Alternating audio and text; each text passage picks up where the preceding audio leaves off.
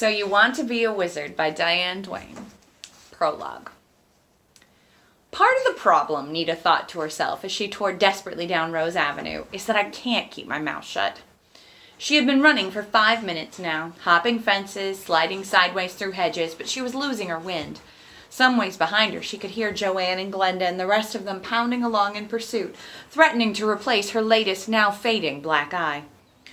Well, Joanne would come up to her with that new bike, all chrome and silver and gear shift levers and speedometer, odometer and toe clips and water bottle, and ask what she thought of it.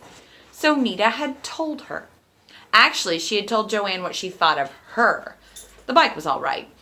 In fact, it had been almost exactly the one that Nita had wanted so much for her last birthday. The birthday when she got nothing but clothes. Life can be really rotten sometimes, Nita thought. She wasn't really so irritated about that at the moment, however. Running away from a beating was taking up most of her attention.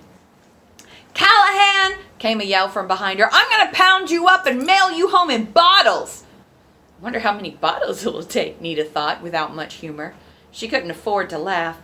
With their bikes, they'd catch up to her pretty quickly, and then she tried not to think of the scene there would be later at home.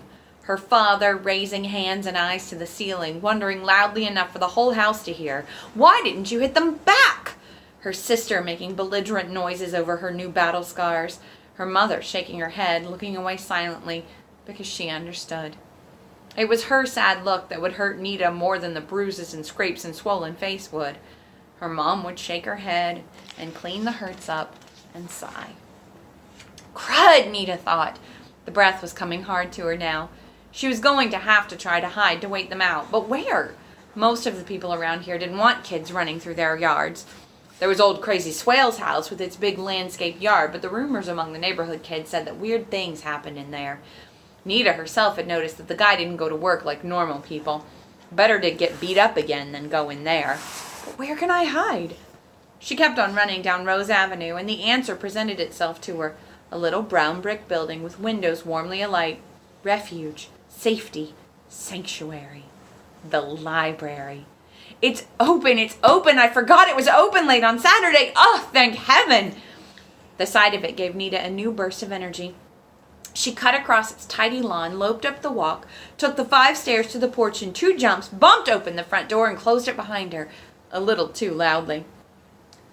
The library had been a private home once, and it hadn't lost the look of one, despite the crowding of all its rooms with bookshelves. The walls were paneled in mahogany and oak, and the place smelled warm and brown and booky. At the thump of the door, Mrs. Lesser, the weekend librarian, glanced up from her desk, about to say something sharp. Then she saw who was standing there and how hard she was breathing. Mrs. Lesser frowned at Nita and then grinned. She didn't miss much. "There's no one downstairs," she said, nodding at the door that led to the children's library in the single big basement room. "Keep quiet and I'll get rid of them." "Thanks," Nita said, and went thumping down the cement stairs.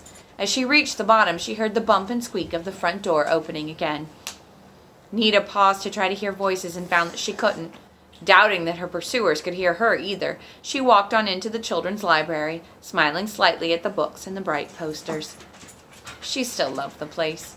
She loved any library, big or little. There was something about all that knowledge, all those facts waiting patiently to be found that never failed to give her a shiver. When friends couldn't be found, the books were always waiting with something new to tell.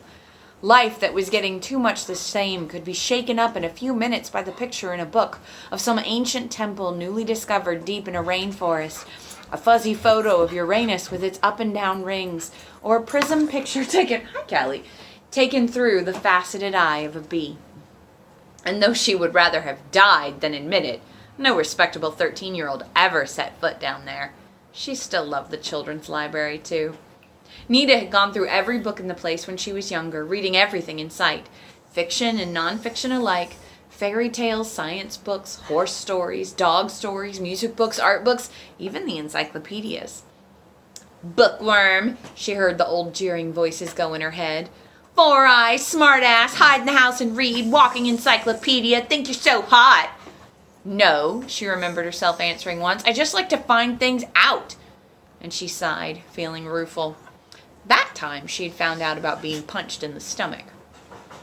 She strolled between shelves, looking at titles, smiling as she met old friends, Books she had read 3 times or 5 times or a dozen. Just a title or an author's name would be enough to summon up happy images. Strange creatures like phoenixes and Samiids, moving under smoky London daylight of 100 years before in company with groups of amused children. Starships and new worlds and the limitless vistas of interstellar night. Outer space challenged but never conquered. Princesses in silver and golden dresses.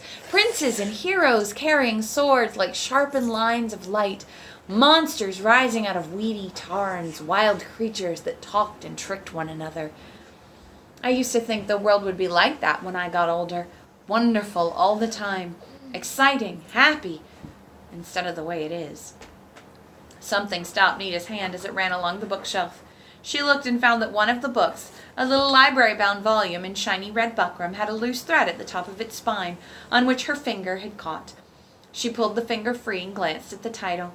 It was one of those So You Wanna Be A books, a series on careers. So You Want to Be a Pilot had been there. So You Want to Be a Scientist, a nurse, a writer. But this one said, So You Want to Be a Wizard. Oh, what? Nita pulled the book off the shelf, surprised not so much by the title as by the fact that she'd never seen it before. She thought she knew the whole stock of the children's library, yet this wasn't a new book. It had plainly been there for some time. The pages had that yellow look about their edges, the color of aging, and the top of the book was dusty. So You Want to Be a Wizard. Herndson, the spine said. That was the author's name. Phoenix Press, the publisher. And then in white ink, in Mrs. Lester's tidy handwriting, 793.4, the Dewey Decimal number. This has to be a joke, Anita said to herself, but the book looked exactly like all the others in the series. She opened it carefully so as not to crack the binding and turned the first few pages to the table of contents. Normally, Nita was a fast reader and would quickly have finished a page with only a few lines on it, but what she found on that contents page slowed her down a great deal. Preliminary determinations, a question of aptitude. Wizardly preoccupations and predilections. Basic equipment and milius. Introductions to spells, bindings, and geese. Familiars and helpmeets, advice to the initiates. Psychotropic spelling. Psycho what? Anita turned to the page on which that chapter began, looking at the bold-faced paragraph beneath its title. Warning. Spells of power sufficient to make temporary changes in the human mind are always subject to sudden and unpredictable backlash on the user. The practitioner is cautioned to make sure that her motives are benevolent before attempting spelling aimed at... I don't believe this, Nita thought. She shut the book and stood there holding it in her hand, confused, amazed, suspicious, and delighted. If it was a joke, it was a great one. If it wasn't, no, don't be silly. But if it isn't... People were clumping around upstairs, but Nita hardly heard them. She sat down at one of the low tables and started reading the book in earnest. The first couple of pages were a foreword. Wizardry is one of the most ancient and misunderstood of arts. Its public image for centuries has been one of a mysterious pursuit, practiced in occult surroundings, and usually used at the peril of one's soul. The modern wizard, who works with tools more advanced than bat's blood and beings more complex than medieval demons, knows how far from the truth that image is. Wizardry, though exciting and interesting, is not a glamorous business, especially these days when a wizard must work quietly so as not to attract undue attention. For those willing to assume the art's responsibilities and do the work, though, wizardry has many rewards. The sight of a formerly twisted growing thing now growing straight, of a snarled motivation untangled, the satisfaction of hearing what a plant is thinking or a dog is saying, of talking to a stone or a star, is thought by most to be well worth the labor. Not everyone is suited to be a wizard. Those without enough of the necessary personality traits will never see this manual for what it is. That you have found it at all says a great deal for your potential. The reader is invited to examine the next few chapters and determine her wizardly potential in detail, to become familiar with the scope of the art, and finally to decide whether to become a wizard. Good luck. It's a joke, Nita thought, really. And to her own amazement, she wouldn't believe herself. She was too fascinated. She turned to the next chapter. Preliminary determinations. An aptitude for wizardry requires more than just the desire to practice the art. There are certain inborn tendencies, and some acquired ones that enable a person to become a wizard. This chapter will list some of the better documented of wizardly characteristics. Please bear in mind that it isn't necessary to possess all the qualities listed, or even most of them. Some of the greatest wizards have been lacking in the qualities possessed by almost all the others, and have still achieved startling competence levels. Slowly at first, then more eagerly, Nita began working her way through the assessment chapter, pausing only to get a pencil and scrap of paper from the checkout desk so that she could make notes on her aptitude. She was brought up short by the footnote to one page. Where ratings are not assigned, as in rural areas, the area of greatest population density will usually produce the most wizards, due to the thinning of world walls with increased population concentration. Nita stopped reading, amazed. Thinning of world walls. Were they saying that there were other worlds, other dimensions, and that things could get through? Things or people? She sat there and wondered. All the old fairy tales about people falling down wells into magical countries, or slipping backward in time, or forward into it. Uh-oh. It says I'm supposed to be reading to you right now. Or forward into it. Did this mean that such things could actually happen? If you could actually go into other worlds, other places, and come back again. Who would believe anybody who came back and told a story like that, even if they took pictures? But who cares, she answered herself fiercely, if only it could be true. She turned her attention back to the book and went on reading. Though skeptically, the whole thing still felt like a game. But abruptly, it stopped being a game with one paragraph. Wizards love words. Most of them read a great deal, and indeed one strong sign of a potential wizard is the inability to get to sleep without reading something first. But their love for and fluency with words is what makes wizards a force to be reckoned with. Their ability to convince a piece of the world, a tree, say, or a stone, that it's not what it thinks it is, that it's something else, is the very heart of wizardry. Words skillfully used, the persuasive voice, the persuading mind, are the wizard's most basic tools. With them, a wizard can stop a tidal wave, talk a tree out of growing or into it, freeze fire, burn rain, even slow down the death of the universe. That last, of course, is the reason there are wizards. See the next chapter. Nita stopped short. The universe was running down. All the energy in it was slowly being used up. She knew that from astronomy. Entropy, the process was called. But she never heard anyone talk about slowing it down before. She shook her head in amazement and went on to the correlation section at the end of that chapter, where all the factors involved in the makeup of a potential wizard were listed. Nita found that she had a lot of them, enough to be a wizard if she wanted to. In rising excitement, she turned to the next chapter. Theory and Implications of Wizardry, its heading said. History, Philosophy, and the Wizard's Oath. 50 or 60 eons ago, when life brought itself about, it also brought about to accompany it many powers and potentialities to manage the business of creation. One of the greatest of these powers held aloof for a long time, watching its companions work, not wishing to enter into creation until it could contribute something unlike anything the other powers had made, something completely new and original. Finally, the lone power found what it was looking for. Others had invented planets, light, gravity, space. The lone power invented death, and bound it irrevocably into the worlds. Shortly thereafter, the other powers joined forces and cast the lone one out. Many versions of this story are related among the many worlds, assigning blame or praise to one party or another. However, none of the stories change the fact that entropy and its symptom, death, are here now. To attempt to halt or remove them is as futile as attempting to ignore them. Therefore, there are wizards to handle them. A wizard's business is to conserve energy, to keep it from being wasted.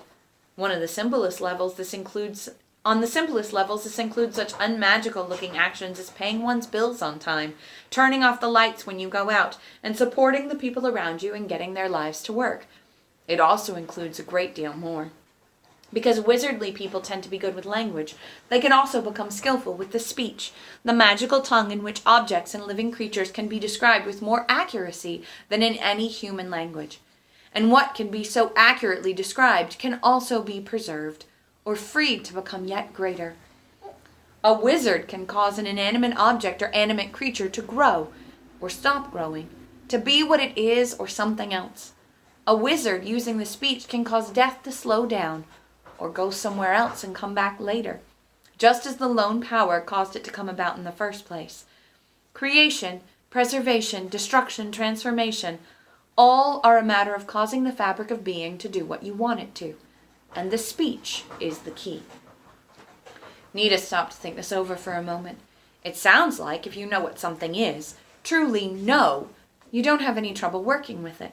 Like my telescope. If it acts up, I know every piece of it, and it only takes a second to get it working again. To have that kind of control over everything. Live things, the world even?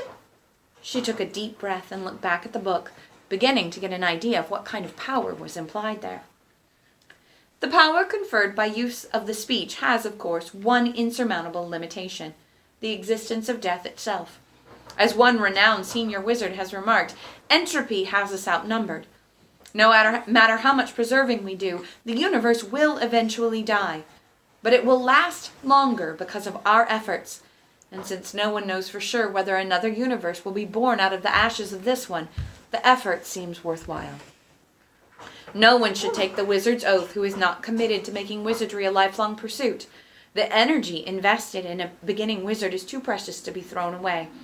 Yet there are no penalties for withdrawal from the art, except the knowledge that the universe will die a little faster because of energy lost. On the other hand, there are no prizes for the service of life, except life itself. The wizard gets the delight of working in a specialized area, magic, and gets a good look at the foundations of the universe, the way things really work. It should be stated here that there are people who consider the latter more of a curse than a blessing. Such wizards usually lose their art. Magic does not live in the unwilling soul.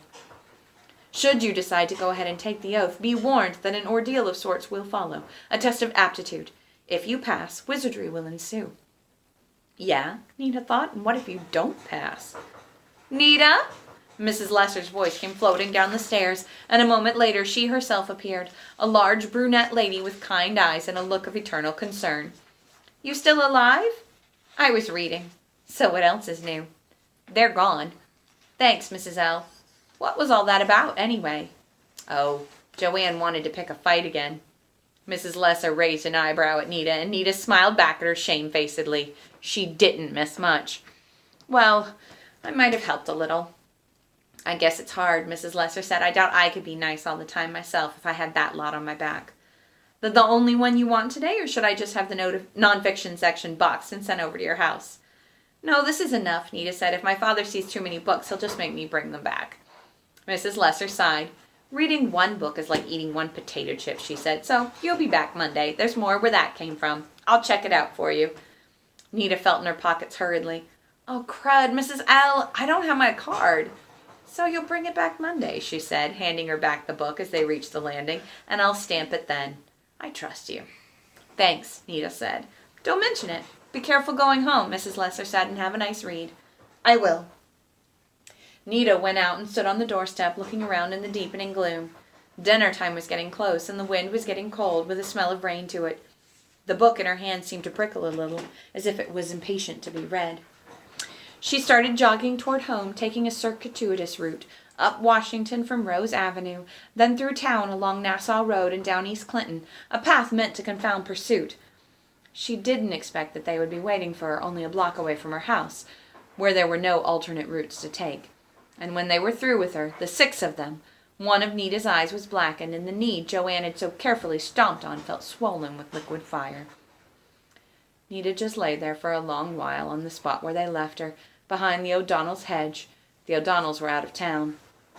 There she lay and cried, as she would not in front of Joanne and the rest, as she would not until she was safely in bed and out of her family's earshot. Whether she provoked these situations or not, they kept happening, and there was nothing she could do about them. Joanne and her hangers-on had found out that Nita didn't like to fight, wouldn't try until her rage broke loose, and then it was too late. She was too hurt to fight well. All her self-defense lessons went out of her head with the pain. And they knew it, and at least once a week found a way to sucker her into a fight, or if that failed, they would simply ambush her. All right, she had purposely baited Joanne today, but there'd been a fight coming anyway, and she had chosen to start it rather than wait, getting angrier and angrier while they baited her. But this would keep happening, again and again, and there was nothing she could do about it. I wish we could move. I wish Dad would say something to Joanne's father. No, that would just make it worse. If only something could just happen to make it stop. Underneath her, where it had fallen, the book dug into Nita's sore ribs. The memory of what she had been reading flooded back through her pain and was followed by a wash of wild surmise. If there are spells to keep things from dying, then I bet there are spells to keep people from hurting you.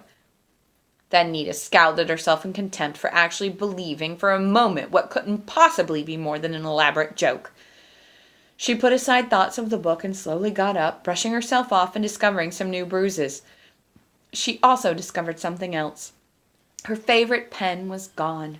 Her space pen, a present from her Uncle Joel, the pen that could write on butter or glass or upside down, her pen with which she never failed a test, even in math. She patted herself all over, checked the ground, searched in pockets where she knew the pen couldn't be. No use. It was gone. Or taken, rather, for it had been securely clipped to her front jacket pocket when Joanne and her group jumped her. It must have fallen out and one of them picked it up. "Ah!" Nita moaned, feeling bitter enough to start crying again. But she was all cried out and she ate too much and it was a waste. She stepped around the hedge and limped the little distance home. Her house was pretty much like any other on the block. A white frame house with fake shutters, but where other houses had their lawns, Nita's had a beautifully landscaped garden. Ivy carpeted the ground, and the flower beds against the house had something blooming in every season except the dead of winter.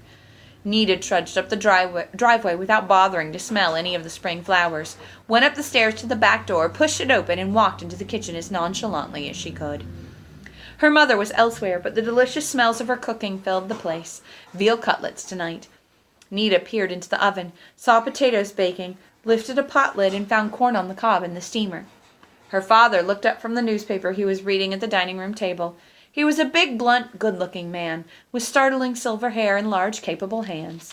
"An artist's hands," he would chuckle as he pieced together a flower arrangement. He owned the smaller of the town's 2 flower shops, and he loved his work dearly. He had done all the landscaping around the house in his spare time, and around several neighbors' houses too, refusing to take anything in return but the satisfaction of being up to his elbows in a flower bed. Whatever he touched grew. "I have an understanding with the plants," he would say, and it certainly seemed that way. It was people he sometimes had trouble understanding, and particularly his eldest daughter. "My Lord, Nita!" her father exclaimed, putting the paper down flat on the table. His voice was shocked. "What happened?" "As if you don't know," Nita thought. She could clearly see the expressions going across her father's face. "My God," they said, "she's done it again. Why doesn't she fight back? What's wrong with her?" He would get around to asking that question at one point or another, and Nita would try to explain it again, and as usual, her father would try to understand and would fail. Nita turned away and opened the refrigerator door, peering at nothing in particular so that her father wouldn't see the grimace of impatience and irritation on her face. She was tired of the whole ritual, but she had to put up with it. It was as inevitable as being beaten up. "I was in a fight," she said, the second verse of the ritual, the second line of the scene. Tiredly, she closed the refrigerator door, put the book down on the counter beside the stove, and peeled off her jacket, examining it for rips and ground in dirt and blood. "So how many of them did you take out?" her father said, turning his eyes back to the newspaper. His face still showed exasperation and puzzlement, and Nita sighed. "He looks about as tired of this as I am, but really he knows the answers." "I'm not sure," Nita said. "There were 6 of them." 6?! Nita's mother came around the corner from the living room and into the bright kitchen. Danced in, actually. Just watching her made Nita smile sometimes, and it did now, though changing expressions hurt. She had been a dancer before she married Dad, and the grace with which she moved made her every action around the house seem polished, endlessly rehearsed, lovely to look at. She glided with the laundry, floated while she cooked. Loading the odds a bit, weren't they? Yeah. Nita was hurting almost too much to feel like responding to the gentle humor. Her mother caught the pain in her voice and stopped to touch Nita's face as she passed, assessing the damage and conveying how she felt about it in one brief gesture, without saying anything that anyone else but the 2 of them might hear. "No sitting up for you tonight, kidlet," her mother said. "Bed and ice on that before you swell up like a balloon." "What started it?" her dad asked from the dining room. "Joanne Varela," Nita said. "She has a new bike, and I didn't get as excited about it as she thought I should." Nita's father looked up from the paper again, and this time there was discomfort in his face, and regret. "Nita," he said, "I couldn't afford it this month, really. I thought I was going to be able to earlier, but I couldn't. I wish I could have. Next time for sure." Nita nodded. "It's okay," she said, even though it wasn't really. She'd wanted that bike, wanted it so badly. But Joanne's father owned the big 5 and Dime on Nassau Road and could afford $300 bikes for his children at the drop of a birthday.